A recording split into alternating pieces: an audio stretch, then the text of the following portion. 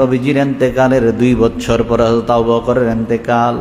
ওই ইন্তেকালের সময় সাহাবায়ে কেরাম ওমর রাদিয়াল্লাহু তাআলা আনহুকে নিয়ে সকল সাহাবাইদেরকে ডেকে বললেন, আমি যে 2 বছর খলিফাতুল মুসলিমিন ইসলামের প্রথম খলিফার দায়িত্ব পালন করলাম, দায়িত্ব পালন করতে গিয়ে আমি ভুল করলাম না ভালো করলাম, এই জন্য আমার ইন্তেকালের পরে আমার দেহটা, আমার লাশ মোবারকটা, আমার বডি মোবারকটা নবীজির রওজার সামনে নিয়ে রাখবা। আর নবী যদি অনুমতি দেয় তাহলে নবীর পাশে আমারে শোয়া দিবা। যেমন সুবহানাল্লাহ। আর নবী যদি অনুমতি না দেয় তোমাদের যেখানে মন চায় ওই জায়গার মধ্যে আমারে দাফন করে দিবা। যেই মাত্র নবীজির দেহ মোবারক, নবীজির খলিফা হযরত আবু বকর সিদ্দিক রাদিয়াল্লাহু তাআলা আনহুর দেহ মোবারক নবীজির রওজার সামনে যেই মাত্র নিয়ে গেলেন, দেখা গেল রওজার দরজা খুলে গেছে। জোরে না সুবহানাল্লাহ।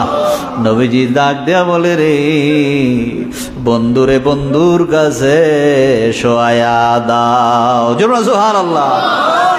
হযরত আবু বকর সিদ্দিক রাদিয়াল্লাহু তাআলার দাম কেমন বেড়ে গেছে। নবীজি বলেন, হযরত আবু বকর আমার দুনিয়ার সঙ্গী, হযরত আবু বকর আমার কবরের সঙ্গী, হযরত আবু বকর আমার হাসরের সঙ্গী, হযরত আবু বকর আমার জান্নাতেরও সঙ্গী। জোরে না সুবহানাল্লাহ। আল্লাহ পাক কেমন দাম বানায়া দিছে। একমাত্র দাম বাড়ায় দেওয়ার কারণ হলো নবীজির সাহাবাত। জোরে না সুবহানাল্লাহ। হযরত আবু বকর বলেন, আমার নবীকে আমার এত ভালো লাগে রে, দুনিয়ার সব কিছুর চাইতে আমার নবীকে আমার বেশি ভালো লাগে। আমার সবচাইতে বেশি পছন্দ আমার নবীর দিকে তাকায়া থাকতে, আমার সবচাইতে বেশি পছন্দ আমার নবীর কাছে বসে থাকতে, আমার সবচাইতে পছন্দ নবীজির সঙ্গে সঙ্গে থাকতে।